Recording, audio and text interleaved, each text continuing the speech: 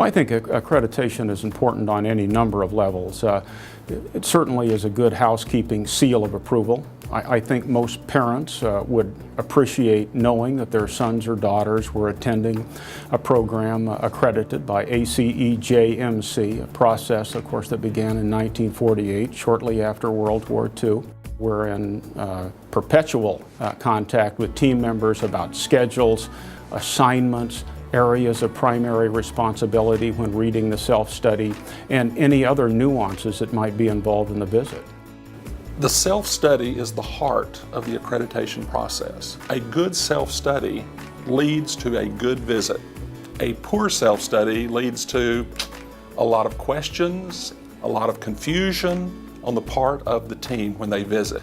The 9 standards of a self-study begin with mission and governance, curriculum and instruction, diversity and inclusiveness, faculty, both full-time and part-time, scholarship and creative activity by faculty, student services such as advising, resources, budget, facilities, technology and equipment, professional and public service, both by your unit and by your faculty, and finally, assessment.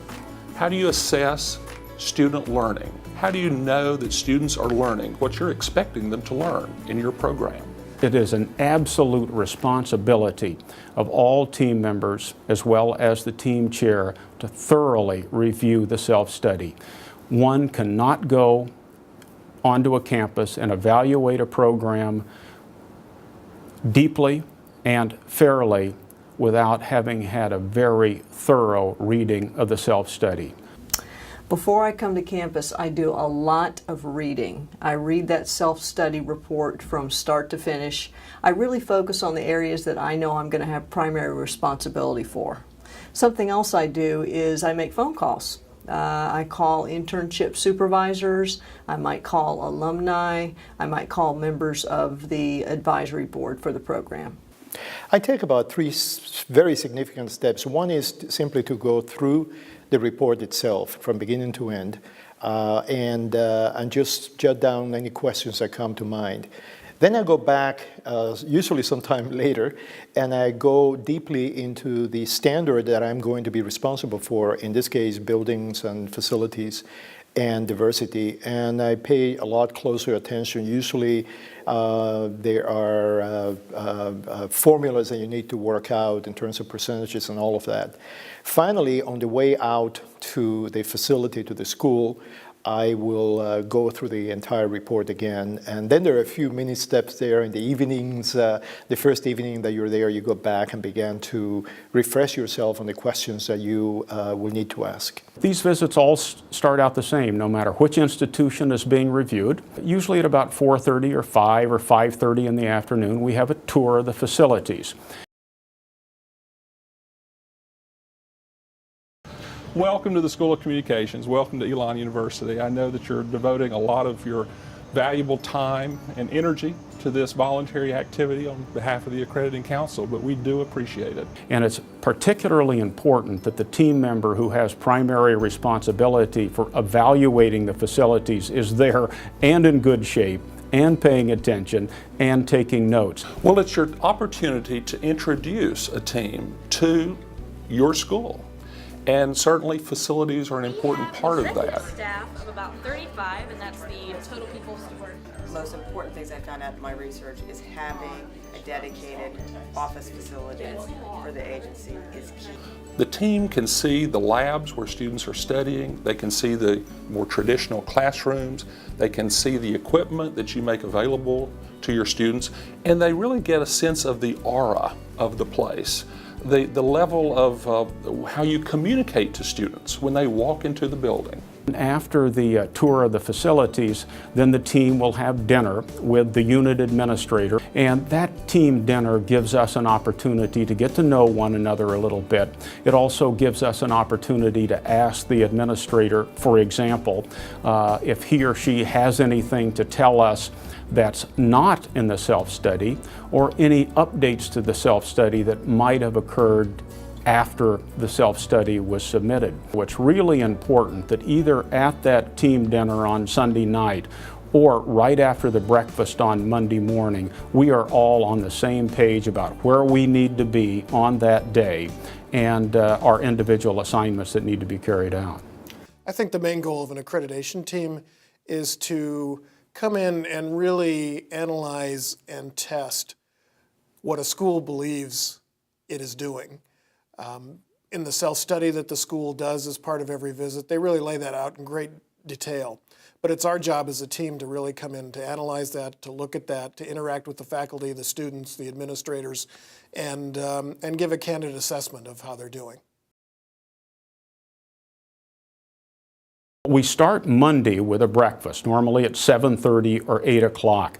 To me, this is one of the most important parts of the visit because it gives all of the team members an opportunity to mingle informally with all full-time faculty members at the institution.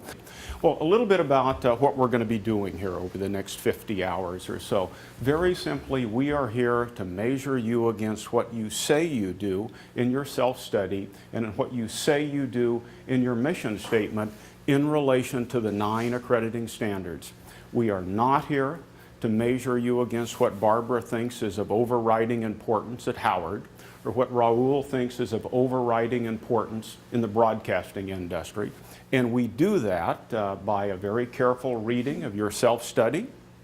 We do that by visiting one-on-one with all full-time faculty members. We do that by visiting with students.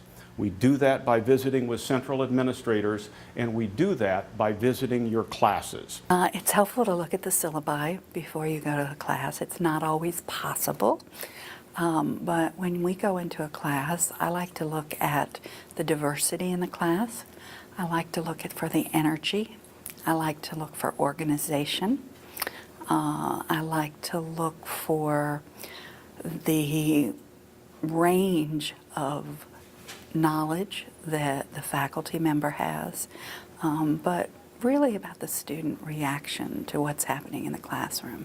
A big piece of advice that I would give a new team member is that when you get there to that site, focus, focus, focus. Forget about the institution back home. Forget about checking email. Make other plans to do those things early in the morning or late at night. When you're on that site visit, it's all about that unit.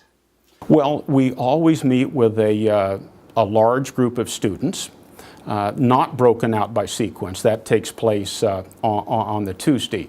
I think what we find usually is that in the large student groups, students are pretty honest and straightforward. Occasionally you're going to have a student who maybe wants to speak up a little bit more often than others and ends up dominating the group. And I think what you have to do there is just invite other students to also speak up. You want to keep that conversation moving. You want to get a general sense about what students think about a topic and then move on, because you're trying to cover a lot of ground in a pretty short period of time.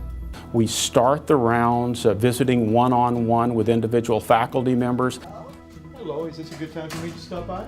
Sure, And say hello to a fellow Gator? of course. Hi. Nice to see you. There are a number of goals that I feel that I have when I approach a faculty meeting.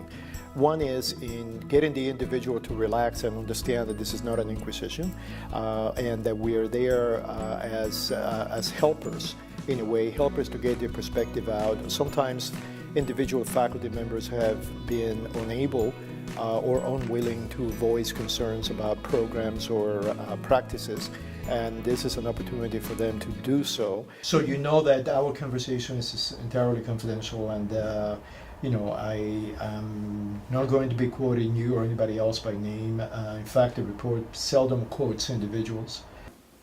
I love talking to individual faculty members. What I try to do there is I want to connect the mission of the institution and the school or the unit to the self-study, to the experiences of the faculty members. Just trying to understand that relationship and trying to verify what we learned in the self-study with the experiences of the faculty member. We have a lunch on Monday that brings together people from across the campus and oftentimes professional advisory committee members just to get a feel for what people who have some interaction with the program under review but are not part of that program that's being reviewed. We want to see how they perceive the program that's under review. And so it provides an opportunity in a fairly relaxed setting to do just that.